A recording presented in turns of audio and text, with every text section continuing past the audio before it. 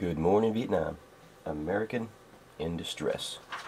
Still in distress, god damn it. You'd think I'd be undistressed by now. It's been a while. But the flag's still upside down. It has no hope of it being flipped over. We have so much stuff going on in the world, man. And it's just too much to keep up with. But I'm going to go over a couple different subjects that I just have an urgency to do this. I don't know why, but before I get started, this is my court case. Well, I guess this is my final paperwork, I guess. I don't know, but the case was dismissed without prejudice.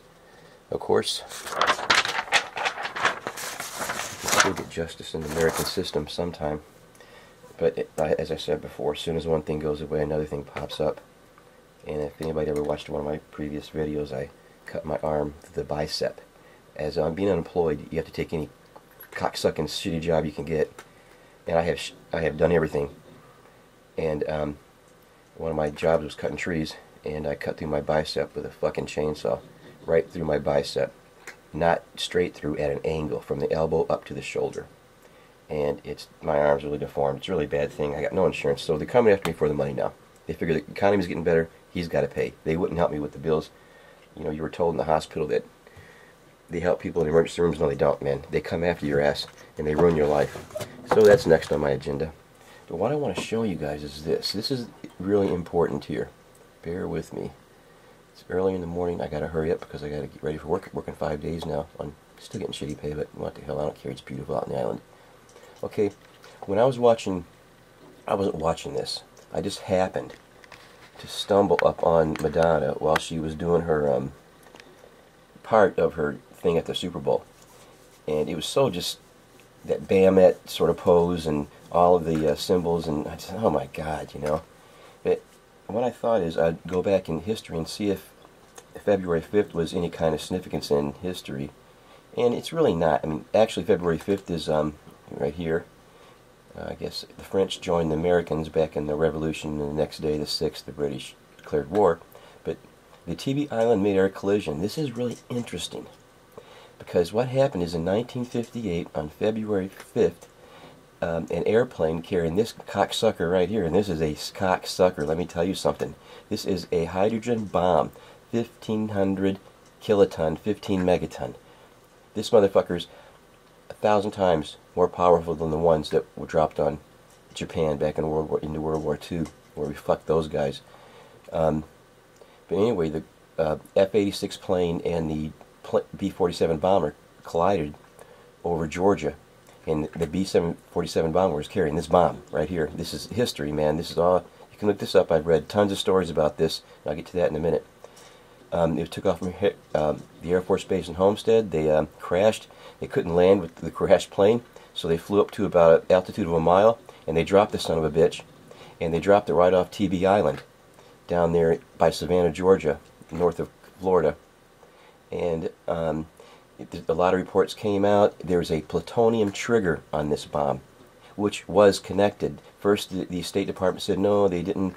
It was a lead weight that was on there or something. No, it came out in the end that there was a trigger, plutonium trigger on this thing. And you know, and why am I saying this?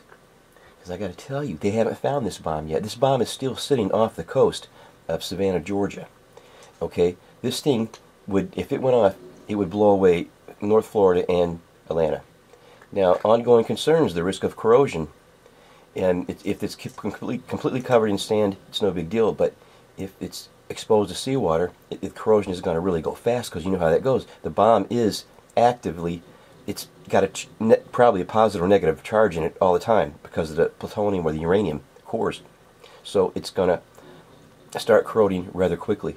Now, they do monitor the waters off North Florida, and they do get they have an unnatural high radiation level in there, they're claiming anyway, unnaturally, because of some kind of sand that's off Florida coast. But this thing is still there. They wanted to recover it. The CIA guy that was in charge of trying to find this stupid thing, he retired and started a company and said he knew where it was. He could get it out, but it was going to cost the government $2 million. The government decided to leave it where it was. Now, this metal is going to corrode. This thing has not a ton, but a lot of uranium and a plutonium trigger, which, man, if it starts leaking, it's going to fuck the whole ocean. But there it is. It's a son of a bitch. Now watch this. Castle Bravo. This is where they exploded the bomb that they lost. Okay, this is in 1954 at Bikini Atoll, Marshall Islands, and they really fucked a bunch of people here too. This was the largest, and still I think is the most dangerous and largest nuclear fallout or nuclear accident ever to happen. Even I think it dwarfs Fukushima. I'm pretty sure. You got to read this story. It's the Castle Bravo incident.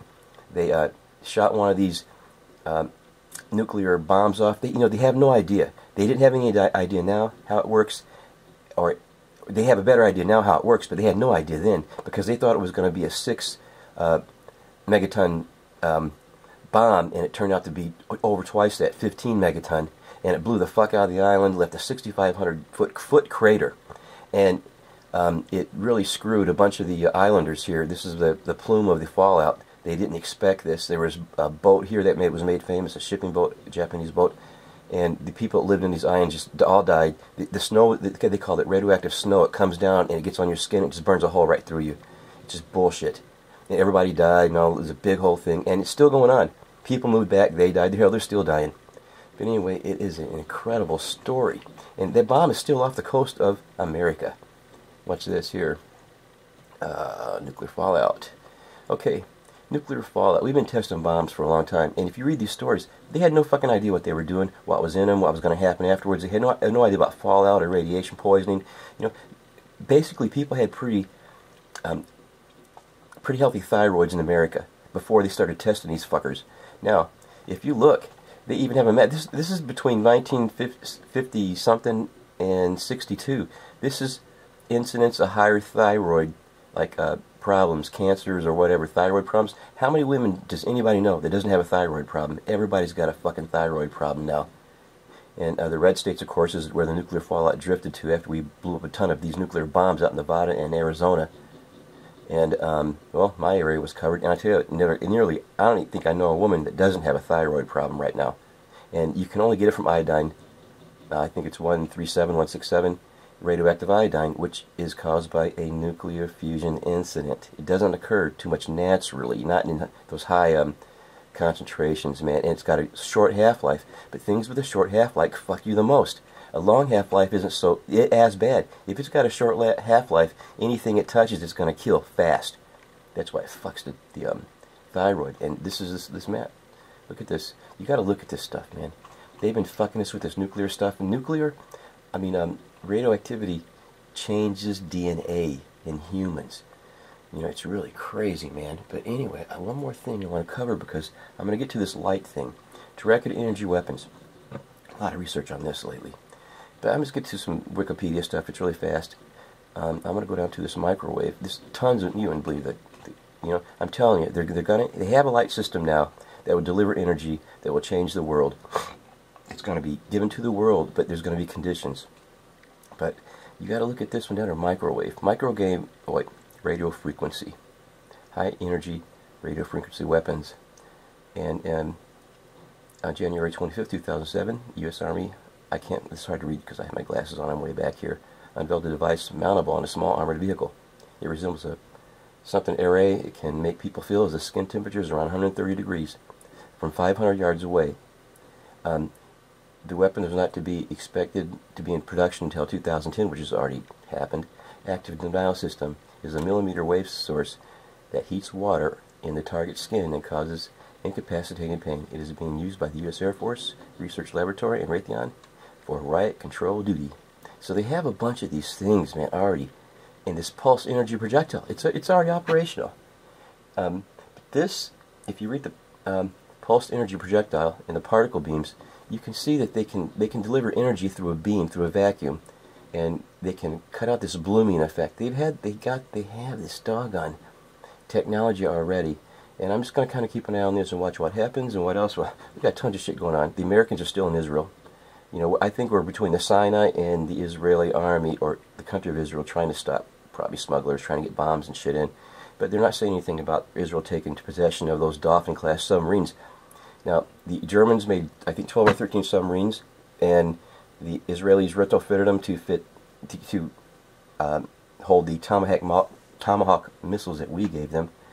And then they retrofitted the Tomahawk missiles with nuclear bombs. So they now have a nuclear submarines, 12 or 13 of them, Dolphin-class high-tech shit, you know, probably patrolling the Mediterranean, I guess, I don't know, protecting their interest, which is the Leviathan oil fields, which nobody talks about that either. And Ariel Sharon's still alive. Look for him, something to happen on that front. And man, these weapons just effing crazy, man. And this nuclear stuff, this Tybee Island, read it if you get time. Just Tybee Island, Tybee Island, man. Just read it. It's still off the coast. If that thing is an incredible piece of shit. Fuck you. I'm gonna kill the whole world, motherfucker, man. I gotta tell you. But anyway, peace out. I gotta go.